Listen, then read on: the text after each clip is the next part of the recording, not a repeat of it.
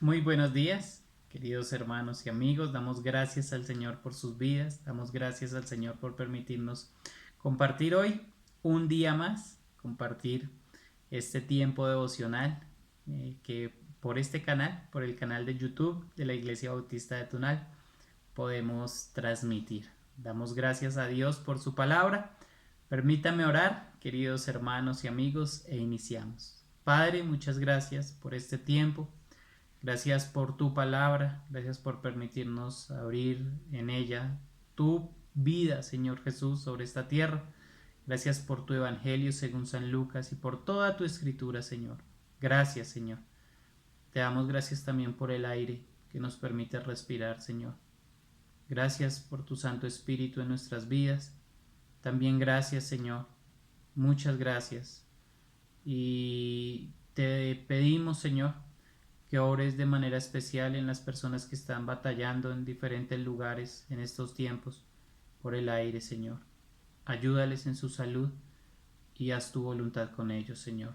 Te lo pedimos, Padre, en Cristo Jesús. Amén. Bien, queridos hermanos, abra su Biblia, por favor, en Lucas capítulo 9 y versículo 18. Lucas capítulo 9 y versículo 18. Podemos hacer algún recuerdo, tenemos algún recuerdo, recordamos nuestro devocional anterior. Luego de la alimentación de los 5,000, como nos dice la escritura, y muchos más tuvieron que ser. Luego de alimentar a estas personas, vimos que nada es insignificante para Dios, como el Señor Jesús con 5 panes y 2 pescados pudo alimentar a esta multitud. Lo cierto es que la alimentación de las multitudes no quedó allí. En otras porciones y en otras partes de la escritura, entre el versículo 17 y versículo 18 de nuestro Evangelio según San Lucas, van a pasar muchas cosas. Cuando termina la alimentación de los 5,000, las personas allí dijeron que este era el profeta que había de venir al mundo y trataron de apoderarse del Señor Jesús para hacerle rey. Eso nos lo dice Juan 6, capítulo 6, versículo 14 y 15. Pero el Señor rehusó a la pretensión de ellos. Él no quiso. Entonces, en estos momentos donde ya, y como les dije, pasaron muchas cosas entre versículo 17 y versículo 18, donde el Señor Jesús aún caminó sobre el agua, y comienzan unas confesiones especiales de Pedro. Pedro le dice: Maestro, si eres tú, manda que yo vaya a ti sobre las aguas, y él también lo hace. Comienzan Vamos a ver en este devocional y en los próximos otras confesiones de este apóstol Pedro. Y está pasando esto allí, pero lo cierto es que también está terminando un periodo de popularidad del Señor Jesús allí en la Galilea. Los fariseos aumentaban su ataque, los fariseos aumentaban su odio hacia el Señor Jesús, y el tiempo del ministerio de Jesucristo en este lugar estaba terminando. Era la cumbre de la popularidad del Señor Jesús, y también se estaba yendo el apoyo popular, tanto así que nos dice la escritura que muchos volvieron atrás, muchos. Juan 6, versículo 66, lo puedes leer en el desarrollo de este tiempo posterior a este devocional, o si quieres puedes pausar el video y mirar Juan 6, 66. Es triste, es difícil, es un momento tremendo, y el ministerio de Galilea iba a ser hacia otro lugar. La escritura nos dice que esto que sucede aquí va a estar pasando en Cesarea de Filipo. Va a ir de un lugar hacia otro lugar.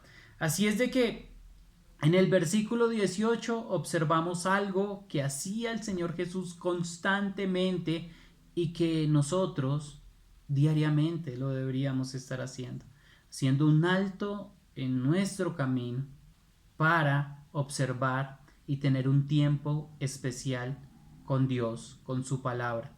Mire lo que dice el versículo 18. Aconteció que mientras Jesús oraba aparte, estaban con él los discípulos y les preguntó: ¿quién dice la gente que soy yo? ¿Quién dice la gente que soy yo? El Señor Jesús en todo tiempo oraba, tanto en tiempos difíciles como en cualquier otro tiempo, Él oraba. En este tiempo Él estaba aparte, como lo solía hacer, para tener un tiempo con su Padre, estaba aparte, oraba aparte, estaban con Él sus discípulos y le pregunta: ¿quién dice la gente que soy yo? Él va a llamar la atención de sus discípulos. Él quiere sacar lo que hay en sus discípulos y quiere buscar una respuesta personal. Una respuesta personal, no una simple opinión por salir del paso, sino que el Señor quería una respuesta personal de fe.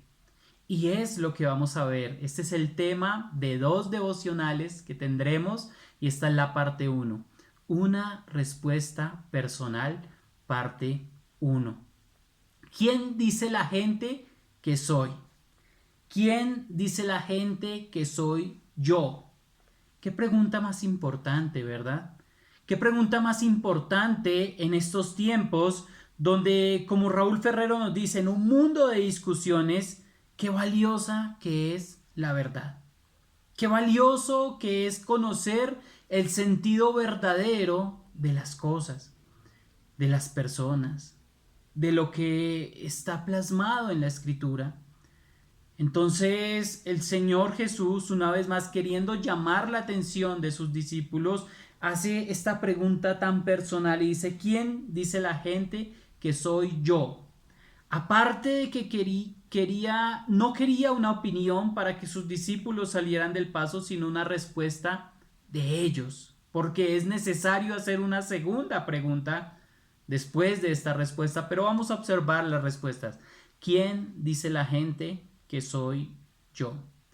Ellos van a dar su respuesta, versículo 19. Ellos respondieron: unos Juan el Bautista, otros Elías y otros que algún profeta de los antiguos que ha resucitado. Esa fue su respuesta. 3 opciones dieron estas personas, dieron estos discípulos para esta respuesta específica. 3 opciones relacionadas con el pasado, de diferente manera, pero relacionadas con el pasado. Miremos qué pasó cuando dijeron unos Juan el Bautista. Estaban mirando su pasado inmediato. Apenas unos meses atrás, a Juan el Bautista había sido decapitado. Tenían que ver con un pasado inmediato triste, sí, doloroso, amargo. Juan el Bautista estaba llamando al arrepentimiento y Jesús mismo había dicho que entre los que nacen de mujer no se ha levantado otro mayor que Juan, pero el más pequeño en el reino de los cielos mayor es que él, dijo el Señor Jesucristo. Ellos, las personas en estos lugares, la gente en estos lugares estaba diciendo: ese es el Juan el Bautista. Estaban mirando un pasado triste, pero también un pasado que no era real. Estaban fuera de la realidad con esta respuesta. Ellos tal vez habían visto juntos a Jesús y a Juan el Bautista. Lo habían visto en el mismo instante cuando Jesús había ido a Juan para ser bautizado. Y entonces se escucha una voz del cielo que dice: este es mi Hijo amado. Pero no creyeron eso. No creyeron eso y se quedaron en el pasado inmediato, en un pasado triste. Apenas unos meses atrás Juan el Bautista había sido decapitado. Pero otros más osados respondieron: Elías. Otros dijeron: es Elías. Tenía que ver con un pasado glorioso.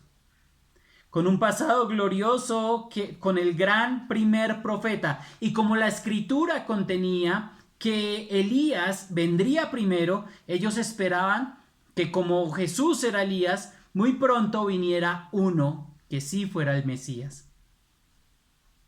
Pensaban en un pasado glorioso, pero igual, fuera de la realidad, porque Jesucristo no era Elías. Pero la otra respuesta es, y otros, algún profeta de los antiguos que ha resucitado. Esto tiene que ver con un pasado negro. Porque a Israel más adelante se le reclamará por medio del reclamo que se le hace a los intérpretes de la ley. Dice, ustedes edifican los sepulcros de los profetas que mataron sus padres. Ustedes edifican los sepulcros de los profetas que mataron sus padres. Eso le dice Jesús a los intérpretes de la ley. Es tremendo lo que el Señor Jesús estaba confrontando allí. Y lo que esta gente estaba pensando, Jesús no era uno de los profetas antiguos que había resucitado, porque ellos se sentían confrontados con uno y con el otro, y entonces decían, este debe ser alguno de ellos. Pero alejados de la realidad, no pudieron discernir la verdad de quién estaba frente a ellos, no pudieron discernir la realidad de la persona del Señor Jesucristo, y entonces vivían en el pasado. En un pasado negro por un lado, en un pasado glorioso por otro lado, y en un pasado inmediato triste de algo que había sucedido atrás. Querido hermano, y aquí queremos hacer un alto para aplicar. Apliquemos un poco, estamos viviendo en el pasado, y sea cual sea tu pasado, sea cual sea lo que estés viviendo o creyendo acerca de Cristo, si estás pensando más bien en tu pasado, en un pasado oscuro, o en un pasado glorioso, o en un pasado triste, quiero decirte que el Señor Jesús lo ha dicho en su palabra. De modo que si alguno está en Cristo, nueva criatura es. He aquí, las cosas viejas pasaron. Las cosas viejas pasaron. He aquí, todas son hechas nuevas. Eres una nueva criatura en Cristo y por tanto debes estar mirando la persona de Cristo a la luz de la Escritura. Es tiempo para hacer un alto y observar mejor nuestras vidas a la luz de una cosmovisión bíblica y la persona de Cristo. Esta pregunta tan importante, ¿de quién dice la gente que soy yo? Revisarla a la luz de la Escritura, a la luz de una cosmovisión bíblica. Raúl Ferrero, nuestro hermano de allí de la Argentina, tiene 72 videos de cristología y nos ayuda en el primer video diciéndonos esta frase que leí anteriormente: en un mundo de discusiones, qué valiosa que es la verdad, qué importante que es la siguiente pregunta. Dice, y les dijo, ¿y vosotros quién decís que soy? Versículo 20. Y les dijo, ¿y vosotros quién decís que soy? Querido hermano y amigo, usted, el que está viendo en esa pantalla, el que me está viendo por esa pantalla, ¿quién dice usted? ¿Quién decís que soy? ¿Quién dice usted que es Jesús? Mire, Raúl Ferrero dice que si consideramos un momento, salimos a la calle, a los campos, en las ciudades, preguntamos ¿quién es Jesús? Recuerden, en un mundo de discusiones es importante la verdad. Lo que usted considere de la persona del Señor Jesucristo es exageradamente importante. Y Él nos dice que hay una cantidad de afirmaciones de Cristo que no son verdad. Vamos a ver si nos da el tiempo, voy a considerar 10 de esas. Dice, Jesús fue alguien que tenía ideales religiosos, pero murió incomprendido, lo mataron en una cruz. No fue así, querido hermano, amigo, no fue así. Él ni nació en un lugar porque sí, ni murió en un lugar porque sí, no nació en un momento determinado de la historia porque sí, y ni murió de esa forma porque sí.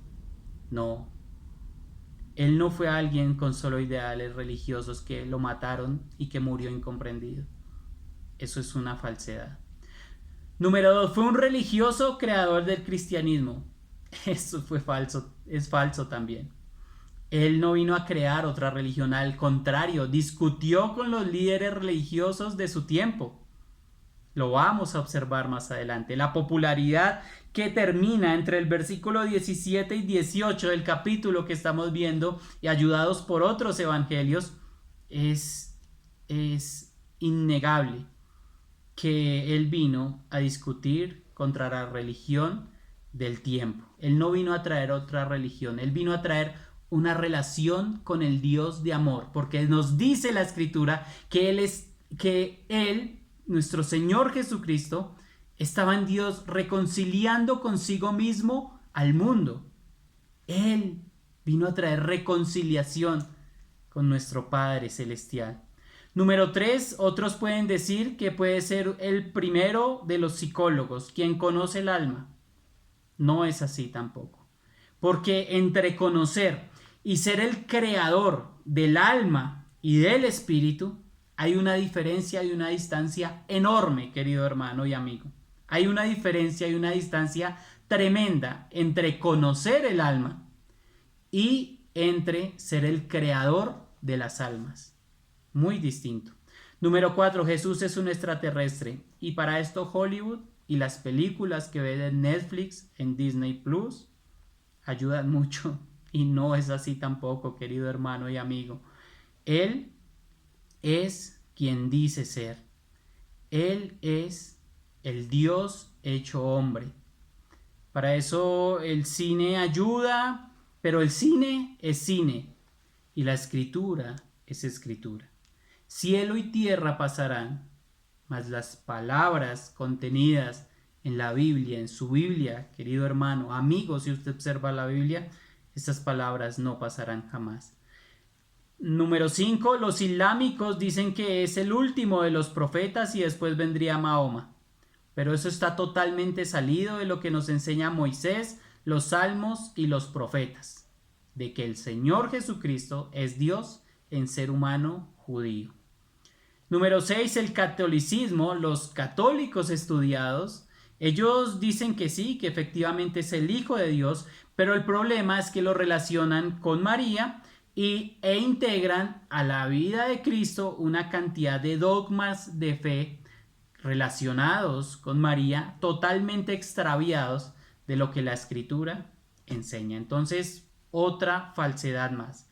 Número 7, los judíos dicen acerca del Señor Jesús que los creyentes son idólatras, y relacionando también con los católicos por causa de imágenes y estatuas, lo cual el judío tiene muy clarito porque la Escritura lo enseña así: no te harás imagen, y una cantidad de cosas que tiene muy claro el judío.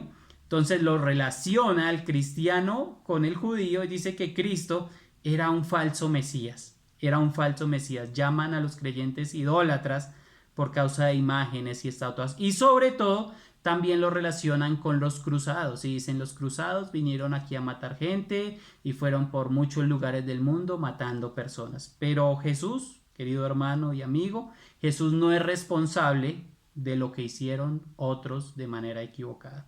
Número 8, también hay algunas personas que relacionan a Jesús con el rostro lánguido y débil del arte europeo. Pero esto no es Cristo, esto no es verdad. Cristo, siendo el más hermoso de los hijos de los hombres, fue desfigurado, molido y maltratado. Fue horrible lo que sufrió en la cruz, y lo que vamos a ver en una respuesta personal, en la segunda parte, lo vamos a ver de manera más clara. También tanto mormones como testigos de Jehová dicen cosas súper erradas de la persona del Señor Jesucristo por revistas que unos leen y otros por libros que tienen a la par de la Escritura. Totalmente falso, totalmente salido de la realidad, por informaciones externas a la Biblia. Salidos totalmente de la realidad. Pero después de la pregunta viene una respuesta, y vamos a utilizar este minutico para observar la respuesta. Entonces, respondiendo, Pedro dijo: el Cristo de Dios. El Señor Jesús, buscando una respuesta personal, la halló en Pedro. ¿La hallará en ti? ¿Halló la respuesta personal de fe en Pedro? Jesús la hallará en ti.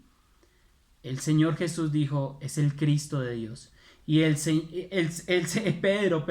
apóstol Pedro respondió: el Cristo de Dios. Usted es el Cristo de Dios.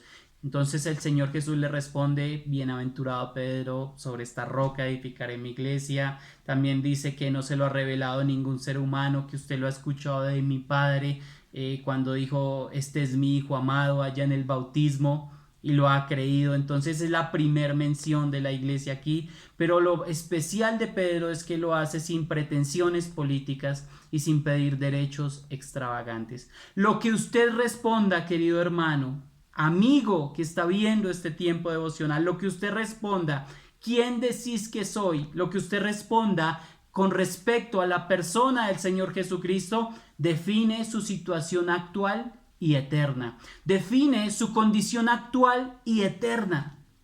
¿Tan importante es, Diego? Muy, muy importante. Lo que usted crea acerca del Señor Jesucristo define su condición eterna. ¿Sabes qué es eterno? Eterno no tiene fin. No tiene fin.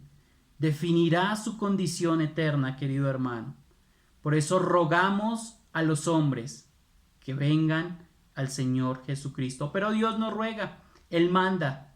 Por eso dice la Escritura: habiendo pasado por alto en otro tiempo vuestra ignorancia, ahora manda a todo hombre en todo lugar que procedan al arrepentimiento y que vengan al autor de la vida, al Señor Jesucristo. Dios en ser humano judío, hecho hombre, muerto y clavado en una cruz y resucitado al tercer día, por darte y por darme vida eterna. Querido hermano, oramos y terminamos. Padre, muchas gracias. Gracias por este tiempo, Señor. Sé que estás buscando una respuesta personal de fe en amigos que están escuchando este devocional. Y sé también que has recibido respuestas personales de fe por mis hermanos. Te ruego que les fortalezcas. Te ruego que nos lleves a llenarnos también de tu fuerza, Padre, de tu Santo Espíritu para compartir tu Evangelio. Te damos gracias, Padre, y en ti confiamos, y gracias por tu persona, Señor Jesús. Estamos contentos contigo, Señor, y te pedimos que se haga tu voluntad y propósito en Cristo Jesús. Amén. Mis hermanos, buen día, bendiciones.